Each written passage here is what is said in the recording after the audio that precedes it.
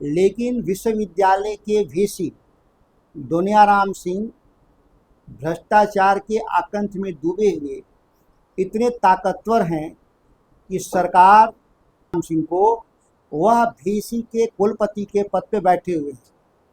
उनके खिलाफ साक्ष्यों का एक पुलंदा है। यह साक्ष्य करने में सफल रहे हैं, जिसके चलते जिनको जेल में होना चाहिए।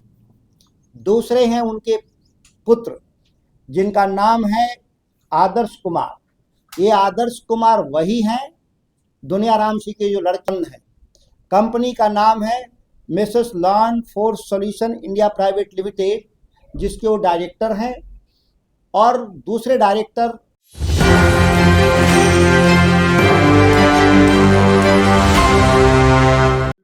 फंसा हुआ, और सरकार में बैठे हुए लोग की उदासीनता और मिलीभगत के चलते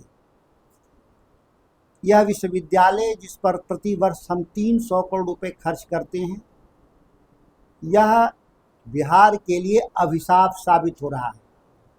7 महीना पहले भी मैंने प्रेस के जरिए सरकार को सूचित किया था, और सरकार को सूचित करने के बाद 2 जांच कमेटी बनाई गई।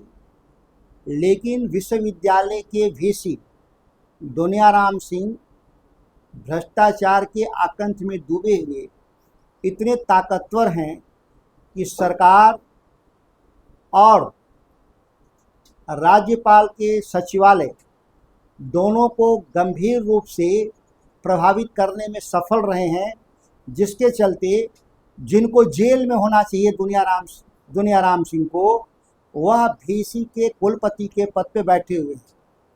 उनके खिलाफ साक्ष्यों का एक पुलंदा है।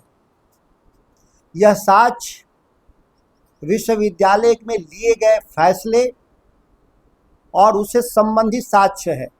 यह कोई काल्पनिक नहीं, मनगढ़ंत बात नहीं।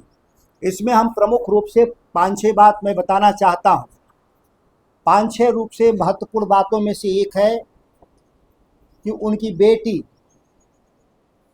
Amita Singh business incubation centre में बिजनेस मैनेजर के पद पर तैनात हैं। जिस विश्वविद्यालय में अमिता सिंह के पिता दुनियाराम सिंह वीसी हैं, वहाँ विश्वविद्यालय की एक फैकल्टी के बिजनेस मैनेजर पद पर उनकी बेटी की नियुक्ति अवैध तरीके से हुई। 30,000 रुपये महीने पर, जिसको बढ़ाकर 1.25 लाख रुपए कर दिए गए।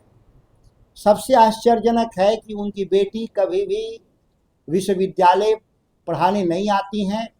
सीसीटीवी फुटेज और उनके अटेंडेंस रजिस्टर को देख लेंगे तो महीने में 2 से 5 दिन तक अधिकतम रहती हैं।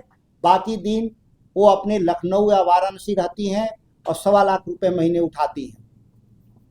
दूसरे हैं उनके पुत्र, जिनका नाम है आदर्श कुमार। ये आदर्श कुमार वही हैं दुनियाराम सिंह के जो लड़के हैं। आदर्श कुमार वही हैं जो हत्या के आरोप में वाराणसी में जेल में बंद हैं।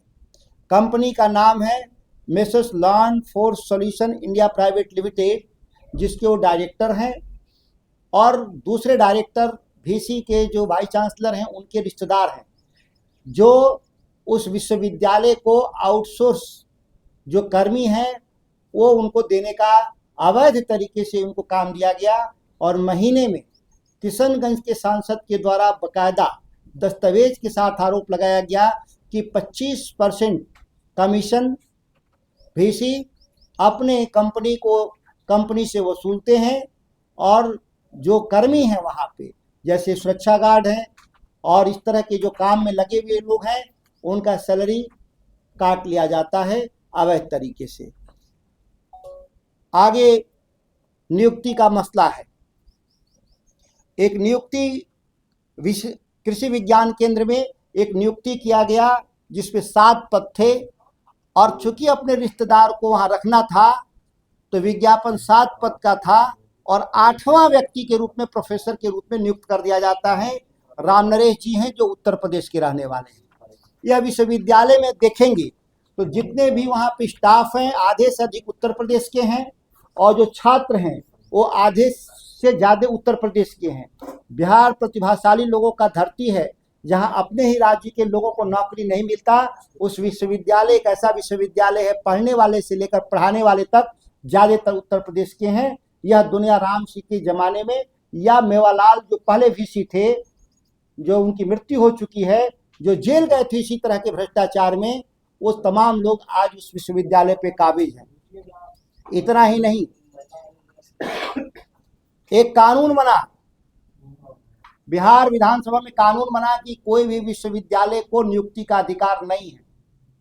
वह नियुक्ति बिहार बीपीएससी के जरिए या सरकार द्वारा संचालित संस्थाओं के जरिए होगा, और इसके रोक कृषि मंत्री के द्वारा और बिहार सरकार के द्वारा दो बार विश्वविद्यालय में गया कि आप नियुक्ति नहीं करेंगे। इसके बाद भी धड़ल्ले से विभिन्न पदों पर नियुक्ति करते गए हैं और आज भी वो नियुक्ति कर रहे हैं। इतने ताकतवर है कुलपति कि 2 जांच कमेटी जो राज्य सरकार के द्वारा नियुक्त की गई, उसका जांच रिपोर्ट का फलाफल तो छोड़िए, कार्रवाई छोड़िए, उसका फलाफल भी आज तक नहीं निकल कर के आया। वीसी के एक रिश्तेदार हैं जो सैलरी मत से उनके एनजीओ को पैसा दिया गया, जिनका नाम है doctor HP Singh. 15 lakh salary का पैसा था, शिक्षकों का वो पैसा उनके एनजीओ को दे दिया गया। इसके अलावा सबसे बड़ा चीज़ है कि वहाँ पे आरक्षित वर्ग पर SC ST वर्ग के पद इसलिए खाली रह गए कि विज्ञापन में उनको जो 5% का छूट था वो नहीं दिया गया, जिसके चलते लोगों ने फॉर्म नहीं भर पाए। इसीलिए जो पद थे ज़्यादातर खाली रह गए SC ST के। ये घोर बिहार के विरोधी हैं, यहाँ के शिक्षकों के और यहाँ के समाज के विरोधी आदमी हैं दुनिया राम सिंह। इतना ही नहीं, जो 300 लेक्चरर और प्रोफेसर की नियुक्ति इनके ज़माने में हुई, वो नियुक्तियों को उनके जी में उनसे नियुक्त कराया गया। ध्यान दिया जा, कौन नियुक्त किया? जो 12 के घोटाले में शामिल था, नियुक्ति घोटाले में, जो बाकायदा हाईकोर्ट में केस चल रहा है, बेल पर है, वही वाधवानी और अमित कुमार दोबारा नियुक्ति कर रहा है। जाहिर है कि जो पहले चोरी हुआ वो दोबारा चोरी किया गया और करवाया गया वीसी के द्वारा। ये पर्याप्त साक्ष्य है किसी को जेल भेजने के लिए।